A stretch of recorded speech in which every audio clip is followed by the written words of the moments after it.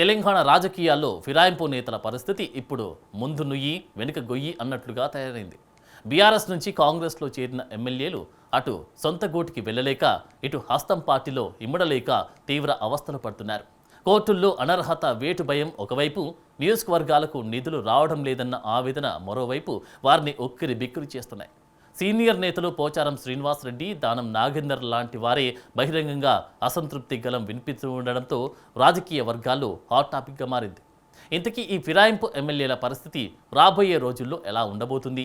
ఈ అసంతృప్తి జ్వాలలు కాంగ్రెస్ పార్టీకి ఎలాంటి కొత్త తలనొప్పులు తీసుకురాబోతున్నాయి? Let's watch the story.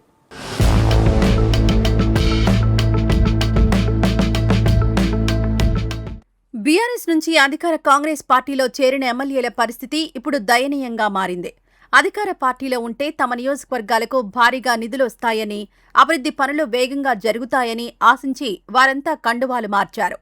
కానీ ఇప్పుడు క్షేత్రస్థాయిలో సీన్ పూర్తిగా రివర్స్ అయింది. కొత్తగా వచ్చిన ఎమ్మెల్యేలకు స్థానికంగా ఉన్న పాత కాంగ్రెస్ నేతలకు మధ్య ఏమాత్రం పొసగడం లేదు.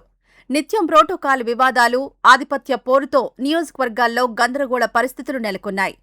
దీనికి తోడు కోర్టుల్లో ఉన్న అనర్హత పిటిషన్ల భయం 6 ఎమ్మెల్యేలను అడుగడుగునా వెంటాడుతోంది. అటు కాంగ్రెస్ పార్టీలో పూర్తి స్థాయిలో ఇమడలేక, ఇటు అభివృద్ధికి నిధులు లేక ఫిరాయింపు నేతలు తీవ్ర ఇబ్బందులు పడుతున్నారు.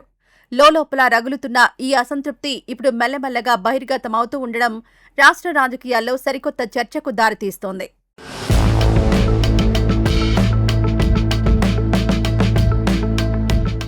ఈ అసంతృప్తికి బాన్స్వాడ ఎమ్మెల్యే సీనియర్ నేత పోచారం శ్రీనివాస్ రెడ్డి తాజా వ్యాఖ్యలే ప్రత్యక్ష ఉదాహరణ. గతంలో బీఆర్ఎస్ అధినేత కేసీఆర్తో లక్ష్మీపుత్రుడిగా ప్రశంసలు అందుకున్న పోచారం కాంగ్రెస్లో చేరిన తర్వాత తీవ్ర నైరాశ్యంలో ఉన్నట్లు కనిపిస్తున్నారు. నియోజకవర్గ అభివృద్ధికి నిధులు రావడం లేదని, సాక్షాత్తు ముఖ్యమంత్రి హామీ ఇచ్చినా మంత్రులు మాత్రం కనీసం స్పందించడం లేదని ఆయన బహిరంగంగానే ఆవేదన వ్యక్తం చేశారు. కనీసం మంత్రులకు ఫోన్లు చేసినా ఎత్తడం లేదని ఆయన వాపోవడం అధికార పార్టీలో ఆయన పరిస్థితికి అద్దం పడుతోంది.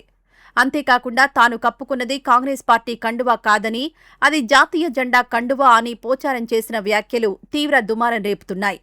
తాను డబ్బుల కోసం కాంగ్రెస్లో చేరలేదని ఆయన పదే పదే వివరణ ఇచ్చుకోవడం చూస్తుంటే హస్తం పార్టీలో ఆయన తీవ్ర అసహనంతో ఉన్నట్లు రాజకీయ విశ్లేషకులు భావిస్తున్నారు.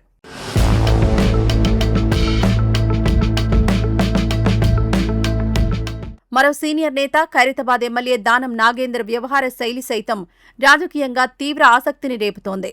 బీఆర్ఎస్ నుంచి కాంగ్రెస్లోకొచ్చిన ఆయన సికింద్రాబాద్ ఎంపీగా బరిలోకి దిగి ఓడిపోయారు. ఆ తర్వాత నుంచి ఆయన వైఖరిలో అనేక మార్పులు స్పష్టంగా కనిపిస్తున్నాయి. ఒకసారి అసెంబ్లీ వేదికగా బీఆర్ఎస్ పార్టీపై తీవ్ర స్థాయిలో విమర్శలు చేసిన ఆయన కొద్ది రోజులకే కేసీఆర్, కేటీఆర్లపై ఎంతో సానుకూల వ్యాఖ్యలు చేసి అందరినీ ఆశ్చర్యపరిచారు.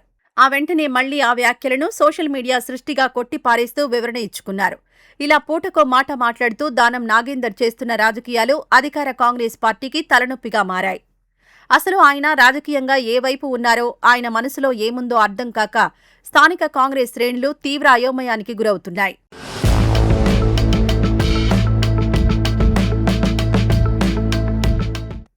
కేవలం శాసనసభలో సంఖ్యాబలాన్ని పెంచుకోవడం కోసం ఫిరాయింపు ఎమ్మెల్యేలను పార్టీలో చేర్చుకున్న కాంగ్రెస్ నాయకత్వానికి ఇప్పుడు అసలు చిక్కులు మొదలయ్యాయి.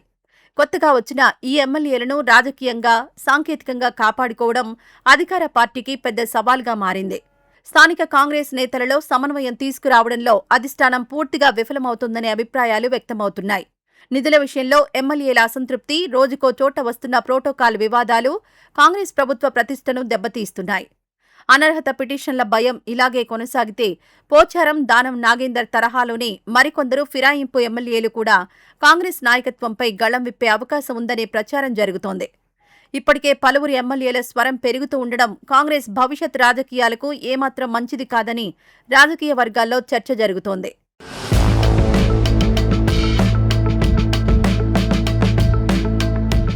మరోవైపు ఈ ఫిరాయింపు ఎమ్మెల్యేలు తిరిగి సొంత గూటికొచ్చే అవకాశం కూడా ఏమాత్రం కనిపించడం లేదు. బాన్స్వాడ ఎమ్మెల్యే పోచారం శ్రీనివాస్ రెడ్డిని తిరిగి బీఆర్ఎస్లోకి రానిచ్చే ప్రసక్తే లేదని ఆ పార్టీ సీనియర్ నేత, ఆర్టీసీ మాజీ చైర్మన్ బాజిరెడ్డి గోవర్ధన్ కుండబద్దలు కొట్టారు. కేవలం అధికారం చెలాయించడం కోసమే పోచారం ప్రతిసారి పార్టీలు మారుతున్నారని ఆయన తీవ్రస్థాయిలో విమర్శించారు. బీఆర్ఎస్ అధినేత కేసీఆర్ ఆయనకు 3 సార్లు టికెట్ ఇచ్చి మంత్రిగా, స్పీకర్గా అత్యున్నత అవకాశాలు కల్పించి 100 కోట్ల నిధులిస్తే అలాంటి నాయకుడినే పోచారం మోసం చేశారని బాజిరెడ్డి ధ్వజమెత్తారు. రేవంత్ రెడ్డి పాలన నచ్చి కాంగ్రెస్లో చేరానని చెప్పిన పోచారం ఇప్పుడు నచ్చినా నచ్చకున్నా అక్కడే ఉండాలని గట్టిగా హితవు పలికారు. పోచారం తిరిగి బీఆర్ఎస్లోకి రారని, ఒకవేళ వచ్చినా తాము రానివ్వబోమని ఆయన స్పష్టం చేశారు. దీంతో పార్టీలు మారిన నేతలకు అటు కాంగ్రెస్లో ఇమడలేక, ఇటు బీఆర్ఎస్లోకి వెళ్లలేక రాజకీయ భవిష్యత్తు అగమ్య గోచరంగా మారింది.